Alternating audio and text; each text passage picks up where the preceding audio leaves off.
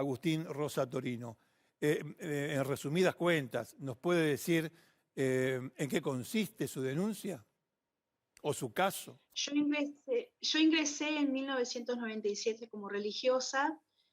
Más o menos a partir del año 2000 comenzaron los tocamientos, los chistes groseros, los roces, y en el año 2010 hubo una situación un poco más violenta de la cual yo logro sacármelo de encima, y a partir de ahí me trasladan, porque en el 2010 yo estaba en México, me trasladan a Salta de nuevo y me ponen en tratamiento psicológico con pastillas psiquiátricas y me sacan todos los apostolados que yo tenía. Yo era una persona sumamente activa, tenía muchos apostolados, trabajaba mucho con la gente, me incomunican, hasta incluso con familiares y amigos. Pero discúlpeme, Podía ¿por orden seguir de quién le dan pastillas psiquiátricas?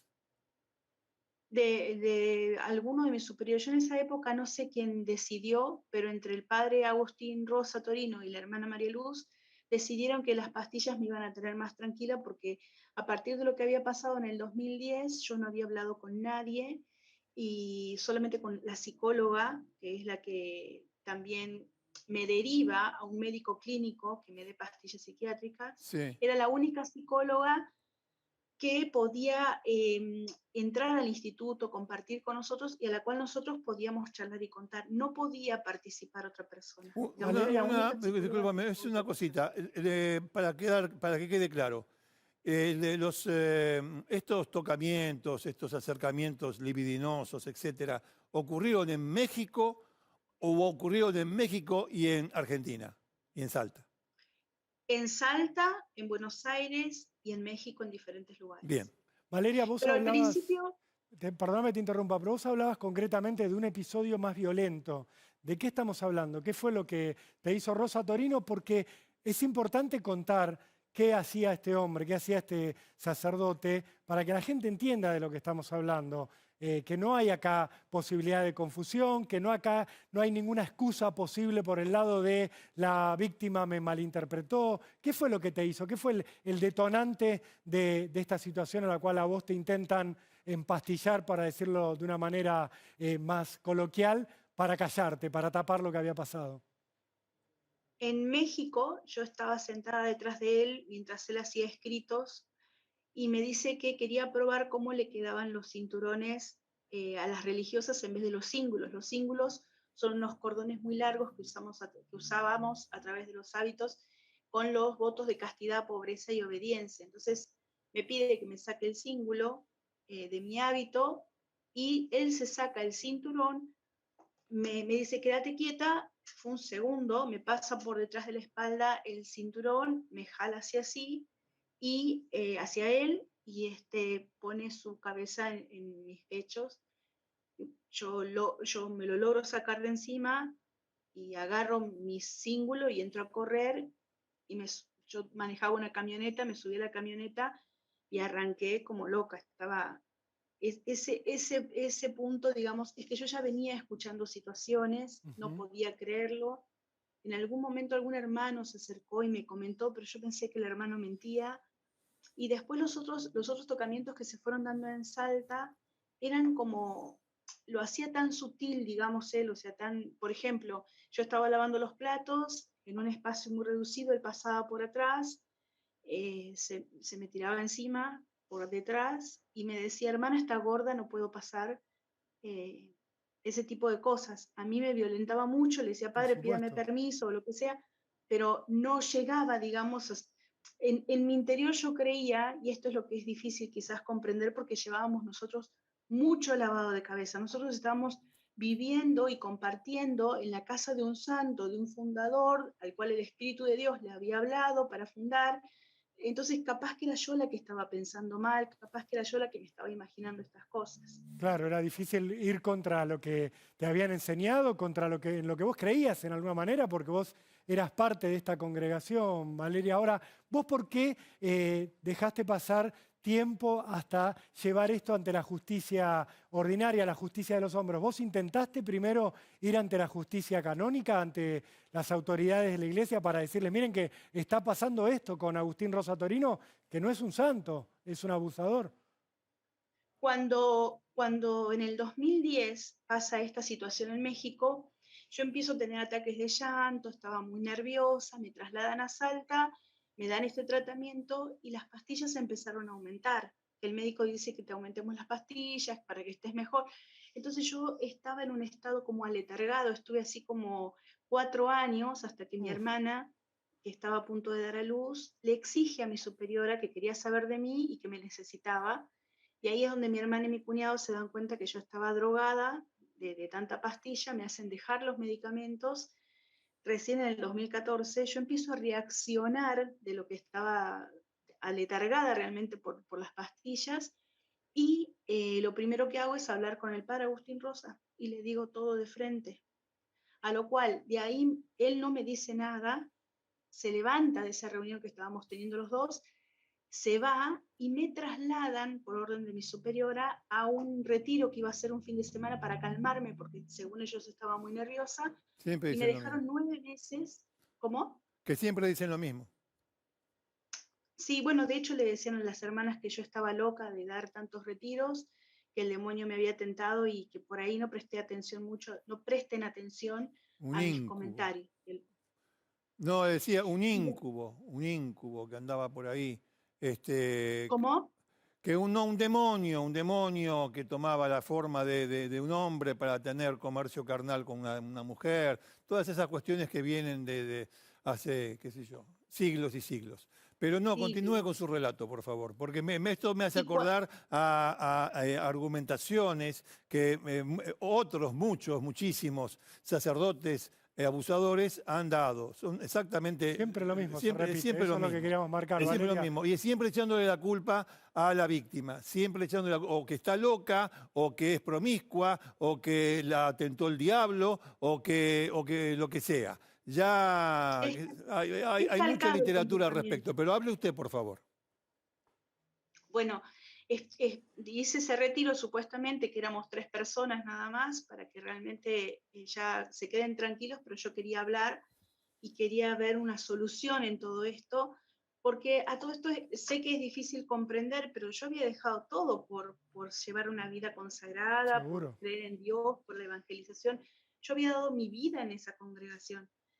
Y me dejaron ahí durante 9 meses, nunca me fueron a buscar, me dijeron ya vamos, me hacían pasar el tiempo.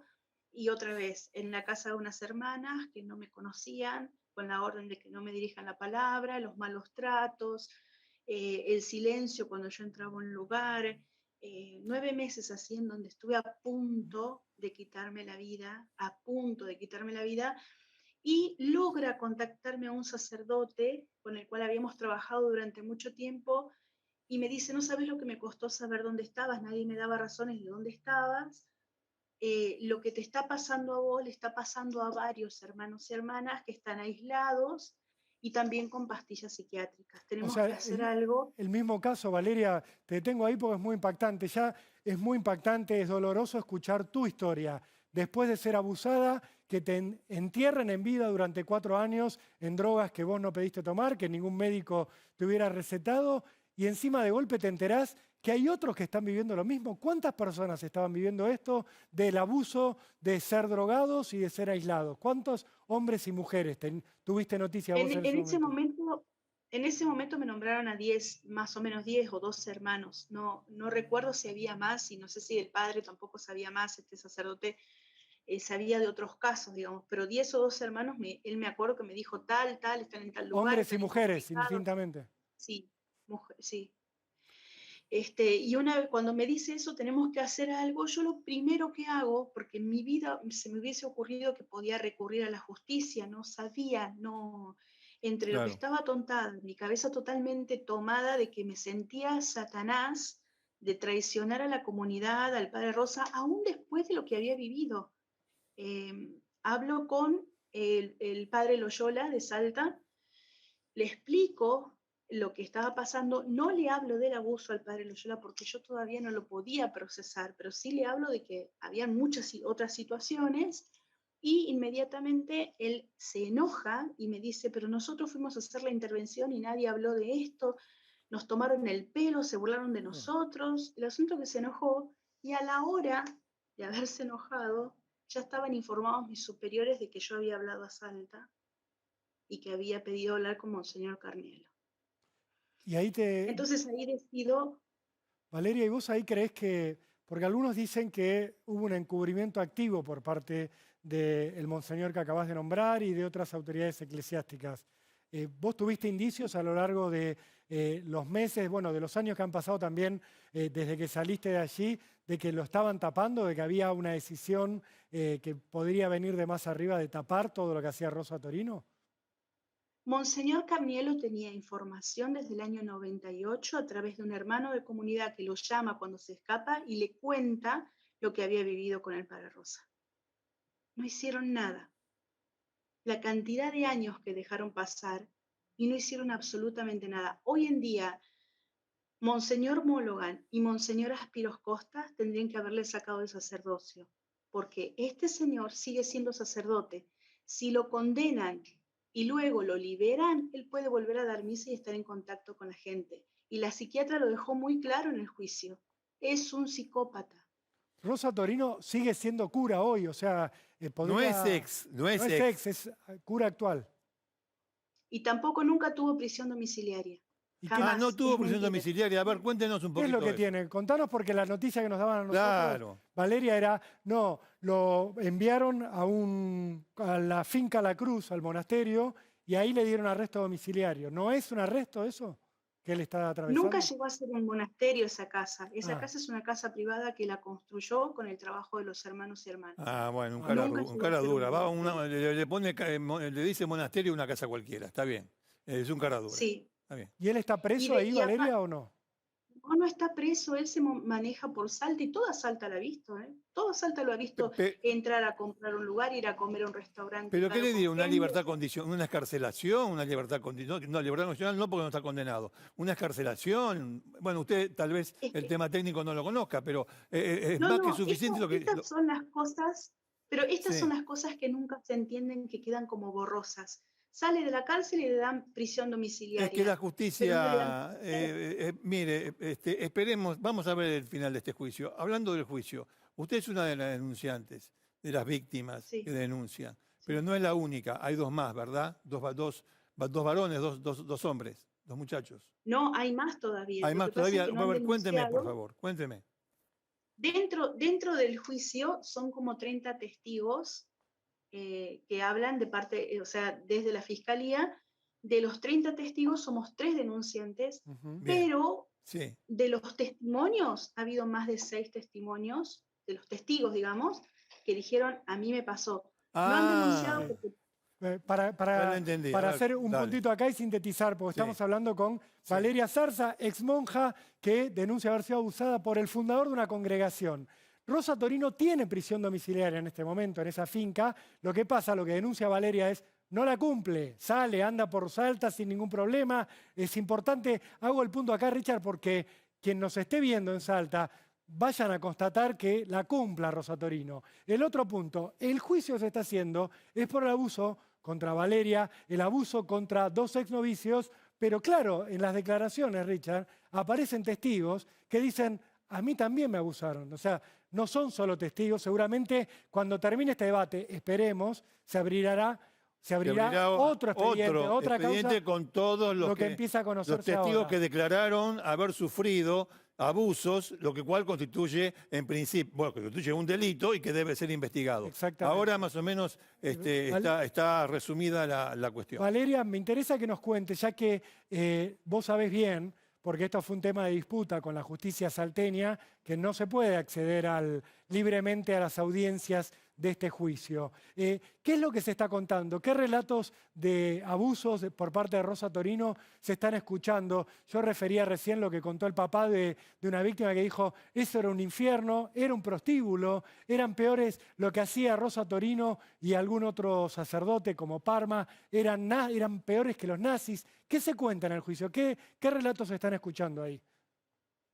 yo no tengo acceso, digamos, a las Vos audiencias, tampoco. porque solamente se va a transmitir hasta a los alegatos. En los alegatos y sentencias se va a volver a transmitir. Pero los hermanos que han ido después me han hablado, me han contado cómo han pasado esta situación, Y uno de los testimonios más fuertes, fue el del padre Juan Jotayán, que es un sacerdote que era hermano nuestro de comunidad, se animó, habló, contó los abusos que vivió, porque el padre Rosa tenía una técnica. El padre Rosa no era una persona violenta en cuanto te violaba, o sea, sino que te decía, a los varones les decía, por ejemplo, tuviste sueños sexuales, debe ser por un problemita que estás teniendo en tus miembros, déjame que te revise, cerra la puerta, bájate los pantalones, que te voy a revisar. Y ahí comenzaba todo. Se lo he hecho muchísimos hermanos. Llegó un momento que él no lo naturalizaba tanto que le daba clases de educación sexual a chicos de 14, 15 años y después los hacía pasar en fila, los hacían pasar a su despacho para revisarlos. Qué horror. Bueno, es una, sí, es una aberración todo esto. Aberraciones siempre dan bronca, pero aberraciones conocidas. En este caso, sí, dígame.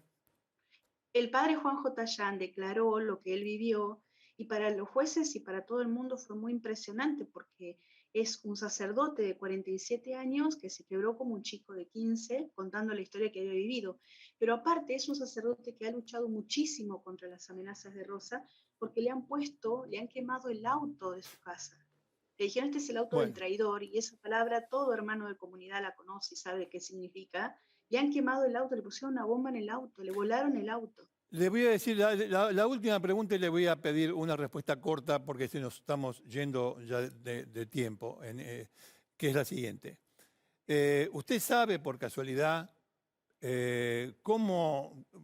por qué es una congregación? ¿Por qué fundó una congregación? ¿Cuál es el requisito para fundar una congregación? Usted al inicio de esta breve charla nos dijo que fue elegido por Dios. Bueno, a ver, nosotros no somos especialistas en temas teológicos, pero ¿usted sabe por qué le permitió el Vaticano fundar una congregación? Yo hoy en día soy atea, pero se lo explico brevemente. Las congregaciones para ser fundadas tienen que tener una espiritualidad concreta y tienen que ser aprobadas, primero diocesanamente, después de manera pontificia, primero el obispo del lugar y después el Vaticano. El obispo del lugar aprobó la congregación. Y el Vaticano también, o sea que nadie se dio cuenta, teniéndolo al pedófilo adelante, que el tipo era un abusador. Sí, sabían perfectamente. O sabían, lo cual es mucho peor. Es verdad, tiene razón. Lo cual es mucho peor porque el tema del encubrimiento también es muy conocido en estas cuestiones. Le agradecemos muchísimo, Valeria, estos minutos con nosotros. A ustedes, de verdad. Muchísimo realmente. Y bueno, vamos a estar a la espera de cómo finaliza este juicio y vamos a tener un ojo puesto también en la actuación de los jueces y después en los argumentos que den. He visto por ahí que por lo menos en Salta no hay ninguna cruz en la pared, lo cual es bastante bueno porque es justicia civil. La justicia divina era hace 1000 años, ahora ya no, o 2000, perdón. Así que bueno, le agradezco muchísimo esta participación en Cámara de Crimen. Gracias, Valeria. Richard, esta semana debería conocerse el veredicto contra Rosa Torino, ahora esta semana que empieza. Sí. Y quería recordarles a todos los nombres de los jueces que lo están juzgando. Son Roberto Lescano, Norma Vera y Maximiliano Troyano. Troyano es el que reta a los testigos porque lo tutean. Sí. Norma Vera es la que... No dejemos la Biblia aparte. Agarremos el Código Penal. Sí. Y el Código Procesal Penal de Salta. Norma Vera les dice sáquense la mano a los bolsillos. Imagínense el terror de los que van a Usted no es sargento, ¿eh? Usted no es un sargento, ¿eh? Y Lescano se queja porque levantan la voz cuando relatan. Ahora, nos contaba recién Valeria, se quiebran los testigos y cuentan abusos que sufrieron 20, 30 años atrás, pero la respuesta es, no nos levante la voz. No, pero el asunto es el siguiente. Cuando dicen así, están intimidando al testigo. La intimidación al testigo es una de las evidencias de que quien lo intimida no es imparcial. ¿Se da cuenta? Vamos a ver cómo termina. Vamos a ver cómo termina y después vamos a hacer el comentario del caso. Ahora, Rolo, Sí, porque esto no es Desde- un caso aislado, lamentablemente, Richard. No, no es un caso aislado. Venimos hablando de estos casos desde hace muchísimo tiempo. Estamos hablando, pero desde antes de Grassi, desde antes de Grassi, acá y en todas partes del mundo, porque este es un tema que pone en crisis a la Iglesia Católica. Y no lo digo yo. Son cuestiones que van, tienen que ver con toda la Iglesia. Y hay, obviamente, situaciones que quedan en el tintero que me parece que es conveniente referirse a ellas. Por eso hacemos la presentación del tintero y un breve comentario.